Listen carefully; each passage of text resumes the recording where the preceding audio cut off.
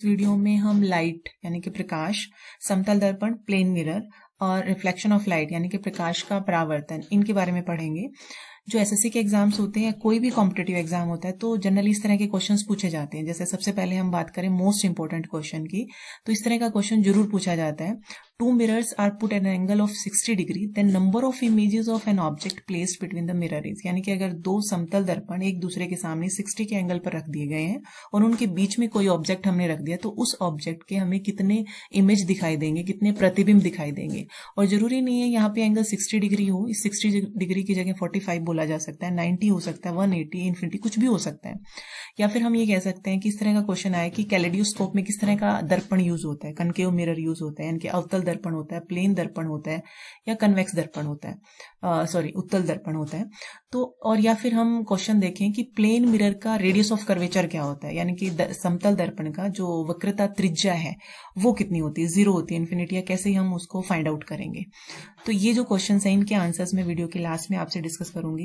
और मैं इंश्योर करती हूँ अगर आपने ये वीडियो अच्छे से देख ली तो आपके कंसेप्ट बिल्कुल क्लियर हो चुके होंगे इस टॉपिक के बारे में, और इनके आंसर मुझे बताने की बजाय आप अपने आप इनके आंसर बताओगे, बहुत फटाफट इनके आंसर बता दोगे। तो शुरू करते हैं हमारी वीडियो। सबसे पहले हम पढ़ेंगे लाइट के बारे में और उसकी प्रॉपर्टीज क्या है। तो सबसे पहले आता है लाइट है क्या। It is the form of energy. तो एक तो आपने डेफिनेशन अगर आती है तो लाइट क्या है, लाइट फॉर्म है एनर्जी की, ऊर्जा का फॉर्म है। अब लाइट बनी कैसे है, light is made up of particles called photons. Light छोटे छोटे पार्टिकल्स से मिलकर बनी है, उन पार्टिकल्स को हम फोटोन्स कह रहे हैं। फोटोन्स क्या है, फोटोन्स पैकेट्स हैं, छोटे छोटे पैकेट्स हैं। किसके पैकेट्स, एनर्जी की, एनर्जी भरी हुई है इनके अंदर, ये छोटे छोटे पैकेट्स हैं, इनको हम बोलते हैं फोटोन्स। और ये सारे फोटोन्स मिलकर क्या बना रहे हैं, प्रकाश बना रहे हैं, लाइट बना रहे हैं। अब जो लाइट है उसका दोहरा गुण है, ड्यूअल नेचर है। Light has dual nature.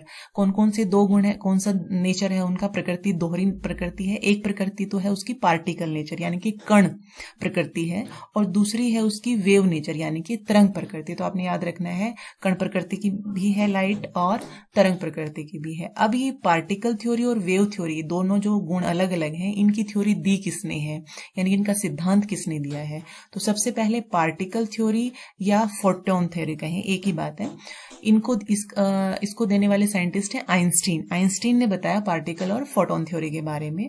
और तरंग थ्योरी जो है, वेव थ्योरी के बारे में क्रिस्टीन हाइजन ने बताया। तो ये नाम आप याद रखोगे साइंटिस्ट के। उसके बाद आता है कि लाइट की property, light is an electromagnetic wave. Light कैसी है, विद्युत चुंबकीय तरंग है, इंपॉर्टेंट प्रॉपर्टी है। ऑप्शन में बहुत बार पूछा जाता है कि लाइट कैसी तरंग है, तो कैसी है, इलेक्ट्रोमैग्नेटिक वेव है, विद्युत चुंबकीय तरंग है। Light travel in a straight line, important property कि लाइट हमेशा सीधी लाइन में ही गमन करेगी, प्रोपगेट करेगी। उसके बाद है light is a transverse wave. अब ट्रांसवर्स वेव का मतलब क्या होता है, ट्रांसवर्स वेव का मतलब वो वेव होती हैं जिनको एक जगह से दूसरी जगह तक जाने के लिए मीडियम की जरूरत नहीं होती। वैक्यूम भी होगा ना, निर्वात भी होगा बीच में, तो भी वो ट्रेवल करेंगी, तो भी वो चलती रहेंगी। तो लाइट को एक जगह से दूसरे जगह तक आने के लिए मीडियम की जरूरत नहीं है। जैसे कि लाइट सन से हमारे अर्थ तक आती है तो बीच में वैक्यूम आता है, स्पेस आता है, तो वो स्पेस में भी इजिली ट्रांसफर आ जाती है, यहाँ तक ट्रेवल करके आ जाती है, क्योंकि उसे किसी भी मीडियम की जरूरत नहीं होती। इसी से अपोजिट अगर हम बात करें साउंड वेव की, तो साउंड वेव ट्रांसवर्स वेव नहीं है। साउंड वेव हमारी लॉन्गिट्यूडनल वेव है। साउंड वेव है लॉन्गिट्यूडनल।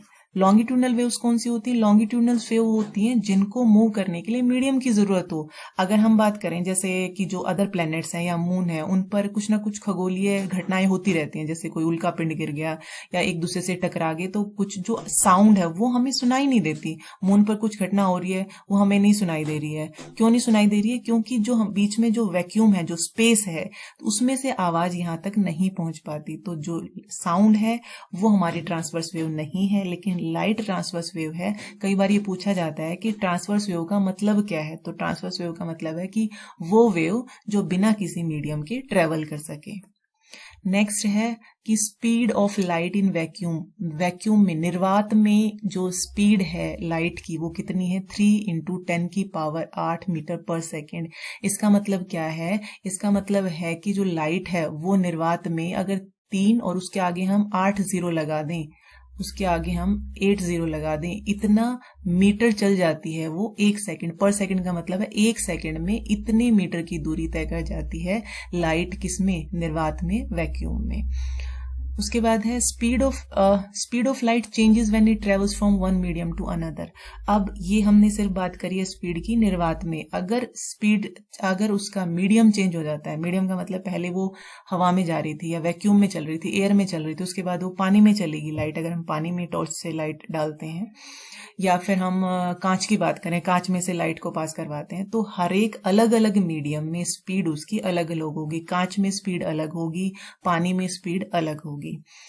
उसके बाद नेक्स्ट है वेवलेंथ। वेवलेंथ मीन्स तरंग दैर्घ्य। तरंग दैर्घ्य of wavelength of light changes when it goes from one medium to another medium.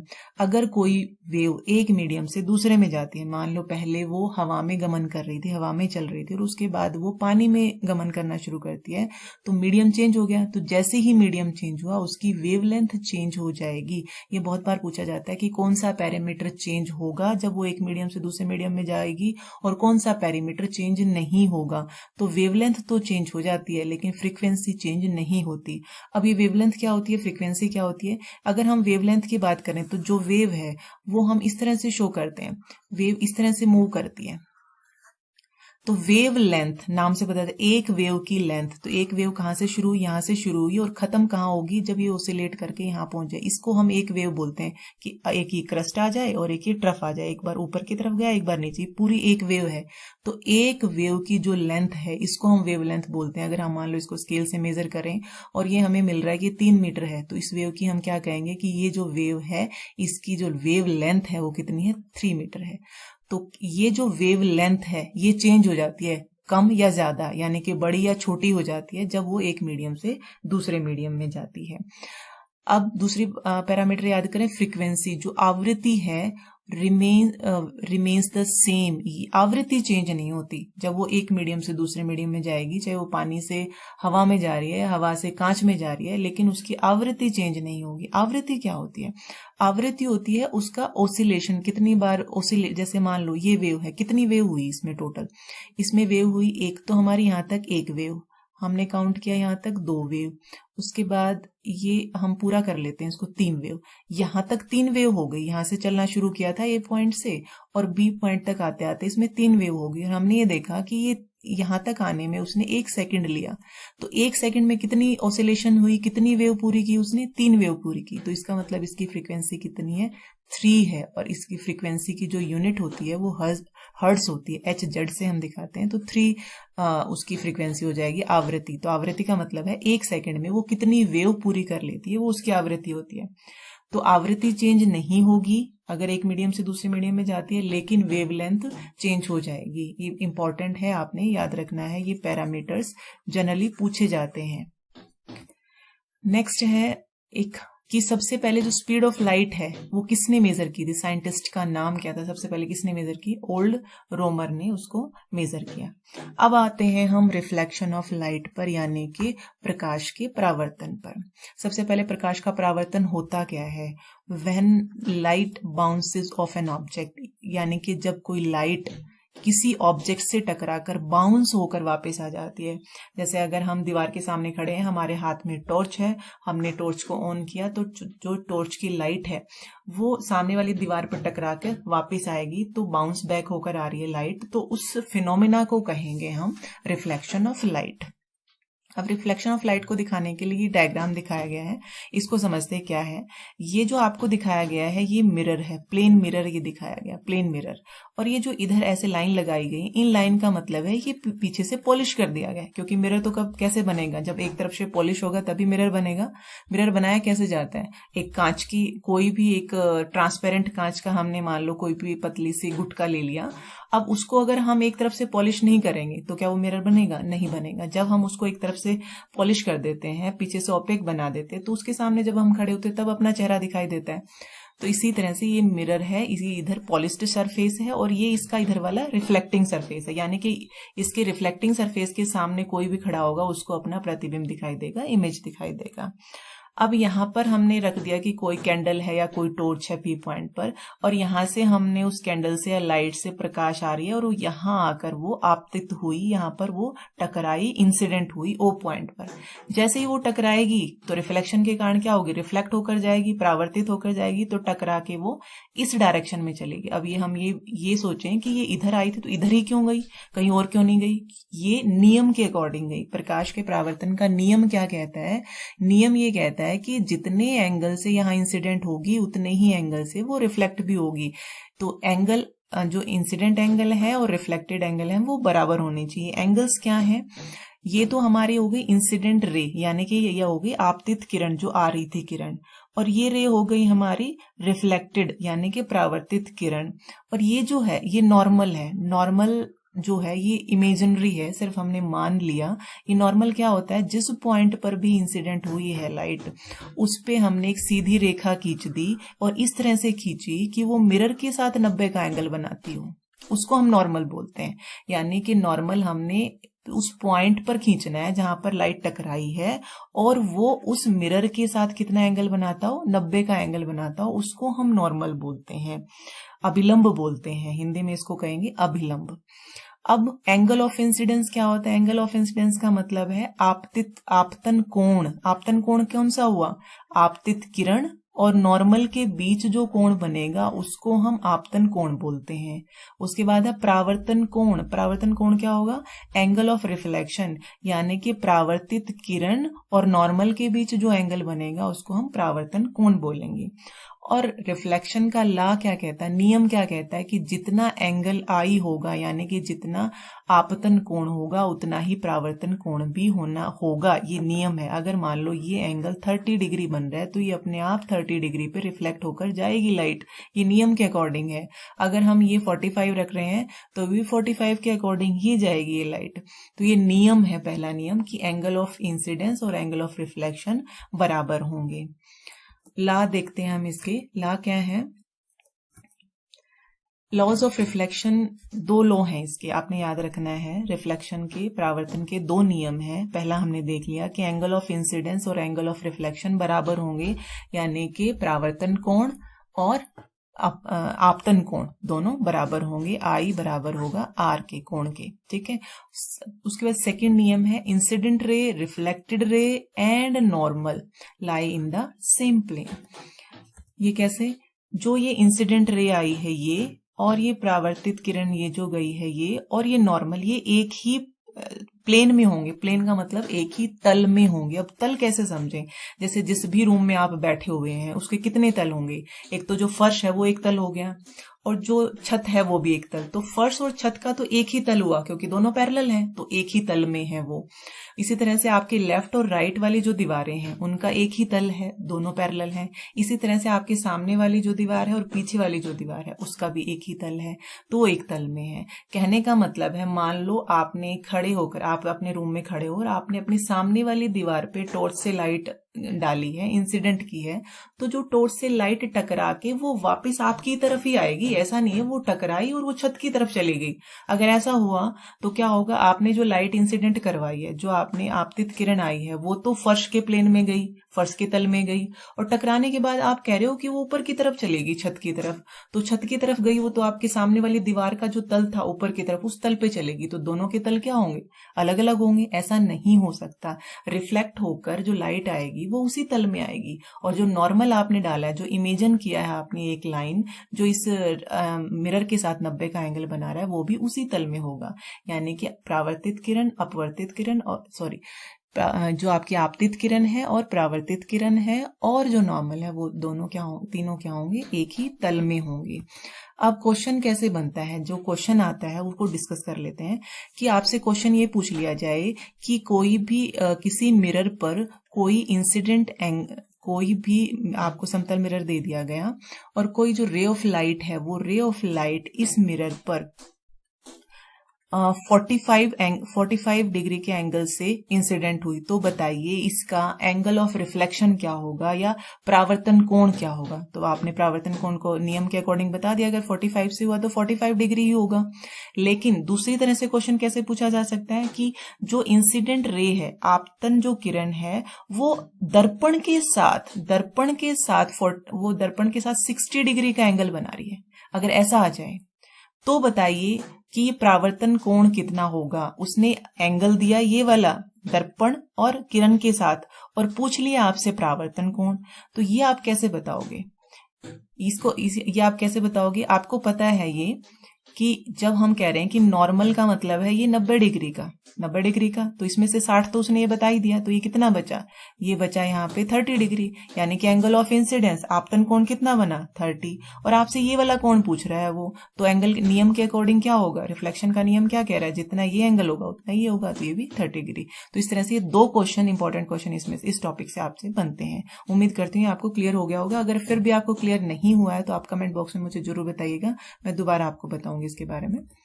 Next है इंपॉर्टेंट, ये भी बहुत बार पूछा जाता है इंपॉर्टेंट, कि silver is the best reflector of light, कि रिफ्लेक्टर लाइट को सबसे ज्यादा कौन रिफ्लेक्ट करता है। जैसे किसी चीज पर भी हम लाइट डालते हैं तो रिफ्लेक्ट होकर हमारे पास आती है, तो कभी भी 100% रिफ्लेक्ट नहीं होती।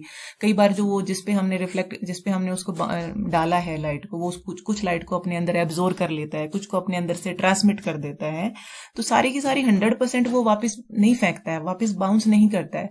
तो ये पूछ रहा है कि सबसे बेस्ट कौन है जो मैक्सिमम से मैक्सिमम उसको रिफ्लेक्ट कर दे लाइट को। तो आपने याद रखना है सिल्वर सबसे बेस्ट रिफ्लेक्टर है लाइट का, जो मैक्सिमम से मैक्सिमम आपको वापस रिफ्लेक्ट करके देगा लाइट को, उसको कहीं भी कुछ भी उसको कम नहीं करेगा। यानी कि वैसे तो 100% कुछ भी नहीं होता, आइडियल यूनिवर्स में कुछ भी नहीं होता, लेकिन मैक्सिमम की बात करें तो सिल्वर है। अब क्वेश्चन बनता है कि सिल्वर का कौन सा कंपाउंड मिरर बनाने की यूज आता है। यानी कि जो हम जैसे मान लो मिरर बनते कैसे हैं, पहले हमने एक शीट ले ली, ट्रांसपेरेंट है ये शीट यानी कि ग्लास है, उसके पीछे हम पॉलिश करते हैं। तो ये पॉलिश हम किसकी करें कि वो अच्छा मिरर बने, मैक्सिमम से मैक्सिमम लाइट रिफ्लेक्ट करे। तो कौन सा कंपाउंड, किसका कंपाउंड? सिल्वर का कौन सा कंपाउंड? सिल्वर नाइट्रेट यूज होता है। इसके पीछे जो ये परत बनाई जाती है, ये जो इसके पीछे कोटिंग की जाती है, वो कोटिंग किसकी होती है? सिल्वर नाइट्रेट की, AgNO3 की, सिल्वर नाइट्रेट। इंपॉर्टेंट क्वेश्चन है ये। Silver nitrate is use for making mirrors. उसके बाद है after reflection which properties of light are changed और after reflection which properties are not change. Very important question, ये बहुत अलग अलग तरीके से पूछा जा सकता है कि कौन से पैरामीटर चेंज होंगे या कौन से पैरामीटर चेंज नहीं होंगे, या कौन सा पैरामीटर कम हो जाएगा या कौन सा पैरामीटर बढ़ जाएगा, इस तरह से पूछा जाता है। अब बात कर रहे हैं हम रिफ्लेक्शन की। रिफ्लेक्शन में क्या होता है? क्या मीडियम चेंज होता है? नहीं होता। जैसे आप जो एज्यूम करके चल रहे हो कि हम टॉर्च लेकर सामने की दीवार पर लाइट से इंसिडेंट करवा रहे हैं, तो वापस उसी में आ रहा है, तो एयर जो आपका रूम है उसमें कौन सा मीडियम है? एयर है, तो रिफ्लेक्शन भी एयर में ही हो रहा है, यानी कि जो जाने वाली रे है वो भी एयर में जा रही है और आने वाली भी एयर में, यानी कि मीडियम वहां चेंज नहीं हुआ। तो ये चीज आप अपने माइंड में रखेंगे कि रिफ्लेक्शन में मीडियम चेंज नहीं होता, परावर्तन में मीडियम चेंज नहीं होता। तो मीडियम चेंज नहीं होगा, तो ये बताइए कि कौन सी प्रॉपर्टी लाइट की चेंज होंगी, विच प्रॉपर्टीज आर चेंज होंगी। पहला है इंटेंसिटी, तीव्रता बोलें इसको आप। दूसरा हम कहेंगे एम्पलीट्यूड, आयाम कहें। तीव्रता का मतलब होता है, इंटेंसिटी का मतलब होता है कि उसमें ब्राइटनेस, उसकी इल्यूमिनेशन सब ज्यादा, यानी कि जब हम उसको लाइट्स डालते हैं किसी भी वॉल पर, तो जब वो वापस आ रही है क्या उतनी ही तीव्रता से आती है, उतनी ही इल्यूमिनेशन से, उतनी ही चमक के साथ आती है? नहीं। आफ्टर रिफ्लेक्शन जो उसकी इंटेंसिटी है, उसकी जो चमक है, इल्यूमिनेशन है, इंटेंसिटी वो कम हो जाती है और इसी तरह से उसका एम्पलीट्यूड भी कम हो जाता है, आयाम भी चेंज हो जाता है। अब आयाम क्या है? आयाम हम ये बताते हैं, जैसे ये वेव है, हमने ये वेव इस तरह से वेव जा रही है, लाइट वेव। अब हमने यहां से लेकर इस पॉइंट तक क्या बताया था? एक पूरी वेव, तो इसको तो हम बोल रहे थे वेवलेंथ, ठीक है। अब आयाम क्या है? आयाम है इस पोजीशन से, जो ये मिडल पोजीशन है, इस पोजीशन से ये जो मैक्सिमम हाइट है, इसको हम आयाम बोल रहे हैं, ये हमारा आयाम है। अगर हम दो वेव्स इस तरह से ये बनाते हैं, तो इस वेव का आयाम और अगर इस वेव को कंपेयर करें, स्केल से मेजर करें, तो ये आपको हो सकता है 1.5 मीटर मिले और ये 1 सेंटीमीटर मिले, ये 1.5 सेंटीमीटर मिले। इसका मतलब क्या हुआ कि इसका आयाम ज्यादा है और इसका आयाम कम है। तो आयाम समझ में आ गया होगा आई थिंक। तो आपकी इंटेंसिटी और एम्पलीट्यूड ये तो चेंज हो जाते हैं आफ्टर रिफ्लेक्शन। अब क्या चेंज नहीं होता? वेवलेंथ चेंज नहीं होगी, फ्रीक्वेंसी चेंज नहीं होगी, स्पीड चेंज नहीं होगी। स्पीड क्यों नहीं चेंज होगी? क्योंकि मीडियम चेंज नहीं हुआ। क्योंकि स्पीड जो लाइट की सिर्फ एक ही कंडीशन में चेंज हो सकती है, जब मीडियम चेंज होगा। जब रिफ्लेक्शन में मीडियम चेंज नहीं हुआ तो स्पीड चेंज नहीं होगी। वेवलेंथ चेंज नहीं होगी। वेवलेंथ का मतलब हम जो ये वेव ले रहे थे, इसकी जो लेंथ, दूरी, इनिशियल और फाइनल पॉइंट तक ये जो एक वेव पूरी होने की जो दूरी है, ये वेव लेंथ थी, ये चेंज नहीं होगी। और फ्रीक्वेंसी भी चेंज नहीं होगी। अब अगर दो चीजें चेंज नहीं हो रही तो तीसरी चेंज हो ही नहीं सकती, कारण इन तीनों के बीच में एक रिलेशन होता है। रिलेशन क्या है? जो स्पीड होती है उसको हम अगर v से कहें, v is equal to speed of light अगर कहें, तो न्यू और लैम्डा के बराबर होता है। न्यू क्या है? यहाँ पे न्यू होता है फ्रीक्वेंसी, इसको हम न्यू से डिनोट करते हैं, ऐसा टेढ़ा सा v बना देते हैं। और ये वेवलेंथ को हम ऐसे लैम्डा उल्टा y बनाते हैं, इसे डिनोट करते हैं। हमेशा किसी भी लाइट की जो वेवलेंथ और फ्रीक्वेंसी की मल्टीप्लीकेशन होती है ना, इन दोनों की जो गुणा होती है वो उसके स्पीड के बराबर होती है। अब अगर एक चीज मान लो हम कह रहे हैं कि उसकी वेवलेंथ चेंज हो गई, वेवलेंथ चेंज होगी तो फ्रीक्वेंसी भी चेंज होगी, क्योंकि इन दोनों की गुणा हमेशा कांस्टेंट रहेगी, स्थिर रहेगी, स्पीड के बराबर। एक बढ़ेगा तो दूसरे को घटना पड़ेगा। तो इसीलिए हमें याद क्या रखना है कि इंटेंसिटी और एम्पलीट्यूड चेंज हो जाएंगे आफ्टर रिफ्लेक्शन, वेवलेंथ, फ्रीक्वेंसी और स्पीड चेंज नहीं होंगे आफ्टर रिफ्लेक्शन। उसके बाद आता है कि जो प्लेन मिरर है, समतल दर्पण है, उससे जो इमेज बन रही है वो कैसी बनेंगी, उनकी प्रकृति कैसी होगी। तो इसको रटने की जरूरत नहीं है बिल्कुल। आप सिर्फ ये इमेजिन करो, जब सुबह आप नहा धोकर शीशे के सामने आपको ड्रेसअप करते हो, तो आपको आप खुद को ऑब्जेक्ट मानो और आप सामने देखो कि जो आपकी इमेज है, प्रतिबिंब है, वो कैसा दिखाई देता है। मान लो आप अगर मोटे हैं तो मिरर में मोटे ही दिखाई देंगे, आप पतले हैं पतले दिखाई देंगे, नॉर्मल है नॉर्मल दिखाई देंगे। यानी कि जो आपका साइज है, यानी कि हम ये कह सकते हैं साइज ऑफ ऑब्जेक्ट, आप खुद को ऑब्जेक्ट मान रहे हैं, जो साइज ऑफ ऑब्जेक्ट है वही क्या होगा? साइज ऑफ इमेज होगा। बिल्कुल सिंपल। दूसरा, अगर आप 5 फुट के हैं तो इमेज भी आपको 5 फुट की दिखाई देगी। अगर आप 4 फुट के हैं तो 4 फुट की दिखाई देगी। ऐसा तो है नहीं कि आप 5 फुट के हैं आपको 4 फुट के सामने दिखाई दे रहा है, नहीं। तो जो हाइट होती है ऑब्जेक्ट की, वही हाइट क्या होगी? इमेज की, प्रतिबिंब की वही हाइट होगी जो ऑब्जेक्ट की हाइट होगी। तीसरी चीज, जो इमेज होती है, ये इंपॉर्टेंट है क्योंकि क्वेश्चन इसी से बनता है।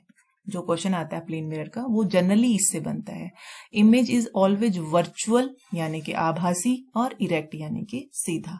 वर्चुअल का मतलब होता है जो हमें सिर्फ आभासी, हमें सिर्फ आभास होता है, वो वास्तव नहीं होता, रियल नहीं होता, रियलिटी नहीं होती। जो मिरर में हम अपनी इमेज देखते हैं ना रोज सुबह, जो सुबह प्लेन मिरर में आते हैं, वो रियल नहीं है। वो कैसी है? वर्चुअल है। और जो भी वर्चुअल होंगी वो सारी कैसी होती हैं? सीधी। कहने का मतलब है आप किसी चीज में अपनी इमेज देख रहे हो, किसी भी चीज में देख रहे हो, आपको अपना सीधा इमेज दिख रहा है, इसका मतलब आप समझ जाओ कि वो रियल इमेज नहीं है, वास्तविक नहीं है, वो कैसी है? आभासी है। लेकिन अगर आपको आपकी इमेज उल्टा दिखती है, इन्वर्टेड दिखती है, तो आप समझ जाओ वो कैसी इमेज है? वो वास्तविक इमेज है। ये पहचान करने का तरीका है कि कोई भी इमेज रियल है या वर्चुअल है। तो आपने जो आपका मिरर आप सुबह देख कर आते हो, सबको पता है आप सीधे दिखाई देते हो, ऊपर की तरफ सिर, नीचे की तरफ पैर दिखाई देते हैं। इट मीन्स सीधी दिख रही है। इट मीन्स कैसी इमेज है? वो वर्चुअल इमेज है, आभासी इमेज है, वास्तव में नहीं है। जैसे आप मिरर के सामने से हटोगे वो इमेज भी गायब हो जाएगी। नेक्स्ट है, image is literally inverted. Literally inverted का मतलब क्या होता है? इन्वर्स का मतलब होता है जो आपका लेफ्ट पार्ट है वो आपको मिरर में आपका राइट दिखाई देगा और जो राइट है वो लेफ्ट दिखाई देगा। जैसे जनरली एम्बुलेंस जो लिखा होता है गाड़ियों के ऊपर, वो इस तरीके से लिखा होता है कि अपने साइड व्यू मिरर से जब आप पीछे से आती हुई एम्बुलेंस को दिखते हो तब वो एम्बुलेंस आपको सीधा पढ़ा दिखता है, वरना वो सामने से आप जनरली सामने से देखोगे तो आपको वो उस तरह से नहीं दिखेगा जैसा हम जनरली लिखते हैं। तो किस वजह से होता है? वो लिटरली इन्वर्टेड की वजह से होता है, क्योंकि जब पीछे से हम मिरर में से देखें तो हमें वो साफ साफ दिखाई दे कि एम्बुलेंस आ रही है, हमको पढ़ने में दिक्कत ना हो। उसके बाद नेक्स्ट है कि प्लेन मिरर के यूजेस इंपॉर्टेंट। इनसे भी क्वेश्चन बहुत बार पूछे जाते हैं कि कहाँ कहाँ यूज होता है। तो एक तो जो मिरर है, प्लेन मिरर, वो पेरिस्कोप में यूज होता है। अब पेरिस्कोप क्या होता है? पेरिस्कोप यूज होता है सबमराइन में। सबमराइन मीन्स पनडुब्बी। जैसे पनडुब्बी में क्या होता है, जैसे ये मान लो ये पानी है यहाँ पे नीचे, पनडुब्बी पानी के अंदर होती है, पनडुब्बी पानी के अंदर होती है, और उनकी पनडुब्बी के ऊपर अगर आपने ध्यान से देखा हो तो इस तरह का एक चिमनी सी बनी होती है। हमें लगता है कि जैसे धुएं की चिमनी निकलती है ना, इस तरह से, लेकिन ये चिमनी नहीं होती। ये क्या होता है? ये पेरिस्कोप होता है। जैसे हम ये देखें, ये जैसे पर्सन है, मान लो ये पनडुब्बी के अंदर बैठा हुआ है और ये पानी के ऊपर की कोई चीजें अगर हमें देखनी है, पानी के ऊपर यहां से हम देख सकते हैं, तो पानी के ऊपर की चीजें हमें यहाँ दिखाई, यहाँ जो भी होगा वो यहाँ से हमें दिखाई दे जाएगा। इसको बोलते हैं पेरिस्कोप।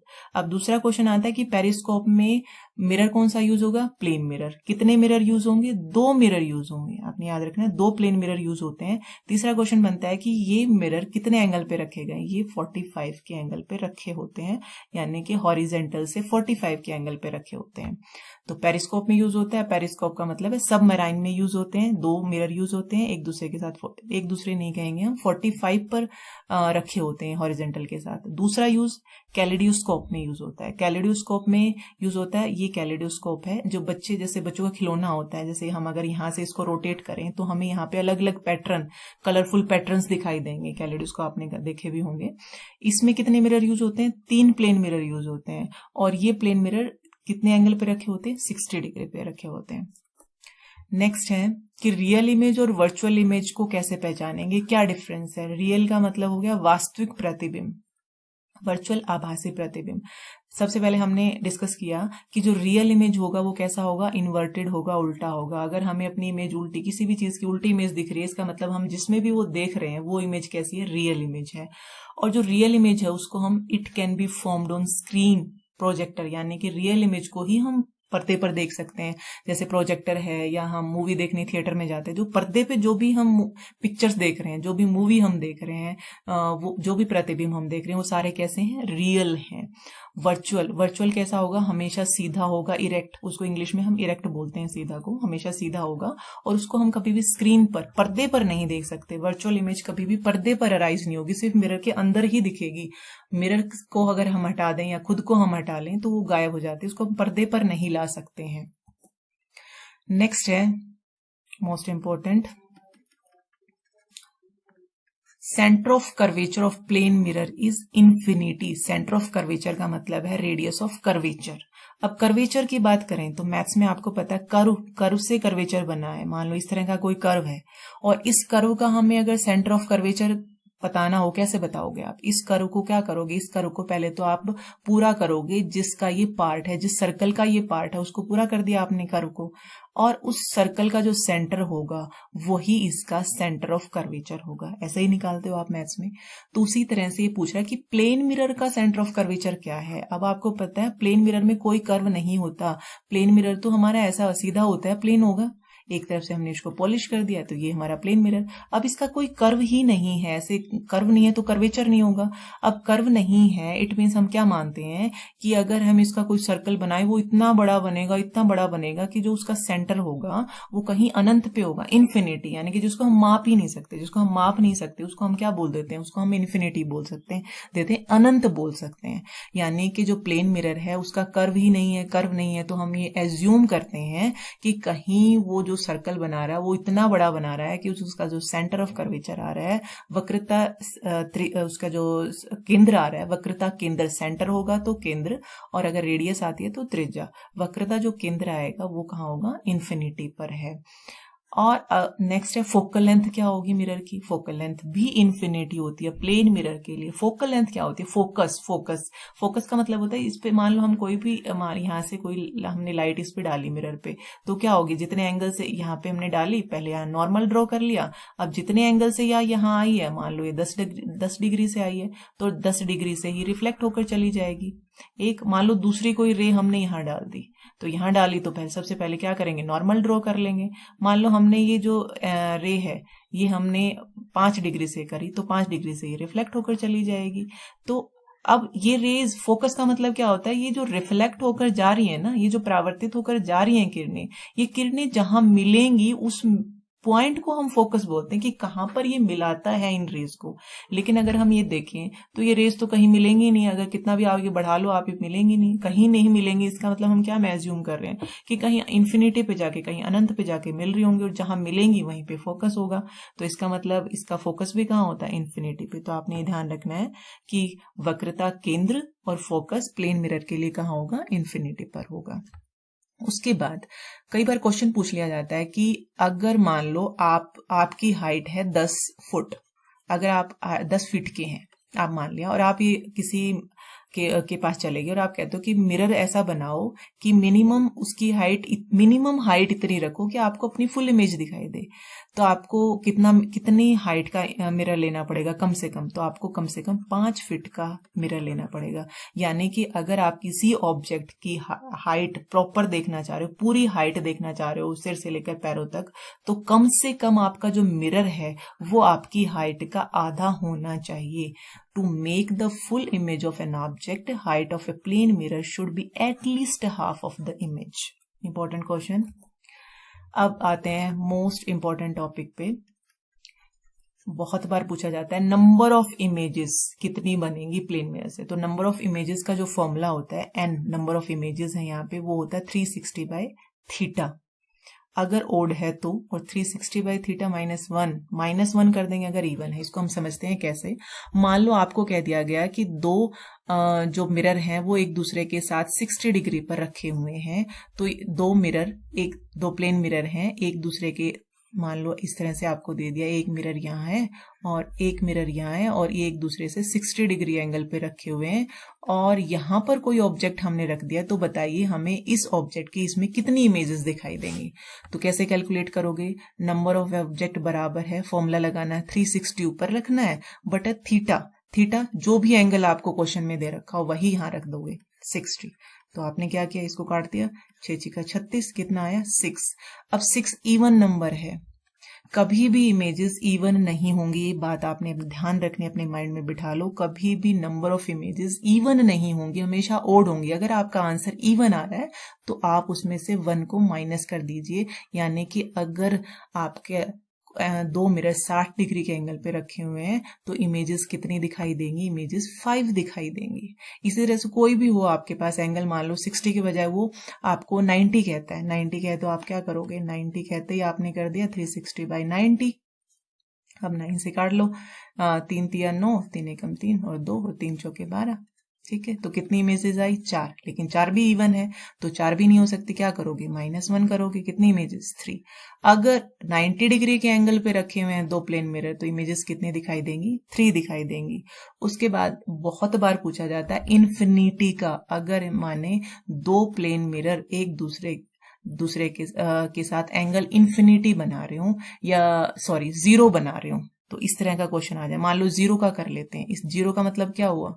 इस तरह से 0 का मतलब है कि दो प्लेन मिरर एक दूसरे के साथ पैरेलल रखे हुए हैं, उसको हम 0 एंगल बोलेंगे। इसका अच्छा सा एग्जांपल कौन सा है? जब भी आप सैलून जाते हो तो आपने देखा होगा, जब भी आप एंटर करते हो तो सामने वाली दीवार पे भी और पीछे वाली दीवार पे भी मिरर लगे होते हैं। और जब आप अपनी इमेज देखते हो तो कितनी इमेज, क्या काउंट कर पाते हो आप अपनी इमेज? नहीं, आपको अपनी इमेजेस बहुत ज्यादा दिखेंगी। कारण वो यही है, हम अभी कैलकुलेट कर लेते हैं कि जब दो मिरर आमने सामने हैं, आमने सामने का मतलब पैरेलल हो गए तो इनके बीच में एंगल कितना बनेगा? 0 डिग्री बनेगा। तो अब नंबर ऑफ इमेजेस निकालें हम, हमें कितनी दिखाई देंगी? नंबर ऑफ इमेजेस होंगी 360 बाई 0। अब बताओ आप आंसर क्या होगा? किसी भी चीज को अगर आप 0 से डिवाइड करोगे कितना आएगा? इन्फिनिटी। तो आप गिन ही नहीं पाओगे अपनी जो इमेजेस है। नेक्स्ट बार अगर आप जाओ तो ध्यान करना, आपको अपनी अनगिनत जो इमेजेस दिखाई देंगी। तो आंसर होगा इन्फिनिटी। ठीक है, अगर मान लो यहाँ पे ये कह दिया जाए एक दूसरे के साथ इन्फिनिटी पे रखे हुए, मतलब इन्फिनिटी का मतलब इतनी दूर रखे हुए हैं एक दूसरे से मिरर की हम पता ही नहीं है एक मिरर यहाँ है दूसरा कहाँ है, जब एक दूसरे के कांटेक्ट में ही नहीं है, इन्फिनिटी पे रखे हैं, तो ऑब्वियस है कि कोई इमेज 0 इमेज दिखाई देंगी। तो यहाँ पे अगर हम इन्फिनिटी कर देते तो किसी के नीचे भी इन्फिनिटी आता है तो 0 आ जाएगा आंसर।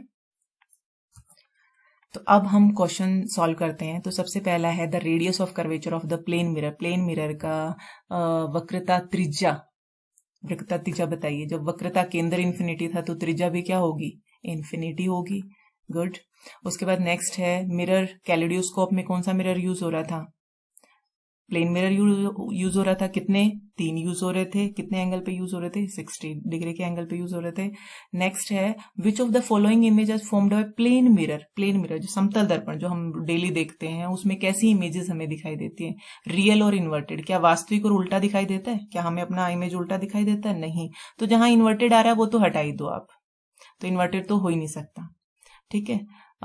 उसके बाद वर्चुअल और इन्वर्टेड। वर्चुअल तो होता है लेकिन इन्वर्टेड नहीं होता। लेटरली इन्वर्टेड बिल्कुल होता है, हमारा लेफ्ट वाइट राइट दिखाई देता है। वर्चुअल भी होता है और इरेक्ट सीधा भी होता है, यानी कि ये ऑप्शन हो जाएगा। नेक्स्ट है which of the following will be same in this image in a plane mirror. अगर प्लेन मिरर के सामने आप इनको रखो, जैसे पी क्यू आर को किसी प्लेट पे रख के आप सामने देखो, तो क्या आपको उल्टा यही चीज सेम दिखे, कुछ डिफरेंस ना दिखे? ये तो नहीं दिखेगा। अगर आप इसको रखोगे तो आर तो आपको ऐसे दिखेगा और जो क्यू आपने ऐसे वो ऐसे दिख जाएगा और जो पी है वो ऐसे दिखेगा। बिल्कुल सेम नहीं दिखेंगे ये दोनों। तो ऐसा कौन सा है जो सेम दिखेगा? ये है, क्योंकि टी को चाहे आप किस तरह से भी देखो, इधर से देखो उधर से टी ही लगेगा, एक्स बी और ओ बी। इट मीन्स ये जो ओ एक्स टी वर्ड आपने वर्ड लिखा हुआ है ये हमें सेम दिखाई देगा अगर हम प्लेन मिरर के सामने इसको रखकर देखते हैं। तो ये क्वेश्चन हम डिस्कस कर चुके हैं। अगर 60 डिग्री पर रखा है तो कितनी इमेजेस आई थी हमारी? इवन आई थी, लेकिन हम उसको ओड बनाना होता है तो इसमें हमारा 5 था आंसर। उसके बाद एक क्वेश्चन और है जो हमने डिस्कस नहीं किया है। A child is running toward a plane mirror with a velocity of 5 metre per second, then his image appears coming toward him with velocity। अब हम क्या कह रहे हैं? हम ये कह रहे हैं कि एक मिरर है और यहाँ पे कोई बच्चा खड़ा है और ये बच्चा इस मिरर की तरफ भाग रहा है। किस स्पीड से भाग रहा है? 5 मीटर पर सेकेंड की स्पीड से। तो ये कह रहा है जो इसकी इमेज जो हमें दिखाई देगी इस मिरर के अंदर, वो हमें किस वेलोसिटी से आती हुई अपीयर होगी, दिखाई कितने से देगी। अब आपको पता है जो एक्टिविटी आप यहाँ कर रहे हो सेम एक्टिविटी प्लेन मिरर में होती है। तो जिस स्पीड से आप इधर आ रहे हो उस स्पीड से इमेज आपको इधर आती हुई दिखाई देगी, इधर आएगी। तो जब एक आपकी स्पीड, आप इधर जा रहे हो और आपकी इमेज 5 मीटर पर सेकेंड से इधर आ रही है, लेकिन अपीयर कैसे होगी? अपीयर होगी हमें डबल दिखाई देगी, क्योंकि आप अभी भाग रहे हो और इमेज भी आपको इधर आती हुई भागती दिखाई दे रही है। तो यहाँ पे रिलेटिव वेलोसिटी वाली कंसेप्ट लग जाएगा, यानी कि जैसे 2 ट्रेन एक दूसरे की तरफ स्पीड से आती है तो उनकी स्पीड ऐड हो जाती हैं। तो आंसर आएगा 10 मीटर पर सेकेंड, यानी कि आपका जिस स्पीड से आप जाएंगे उसी स्पीड से वो इमेज भी आएगी, और इमेज आएगी तो आपको दिखाई कितनी देगी? 2 क्वेश्चन बनते हैं इसमें।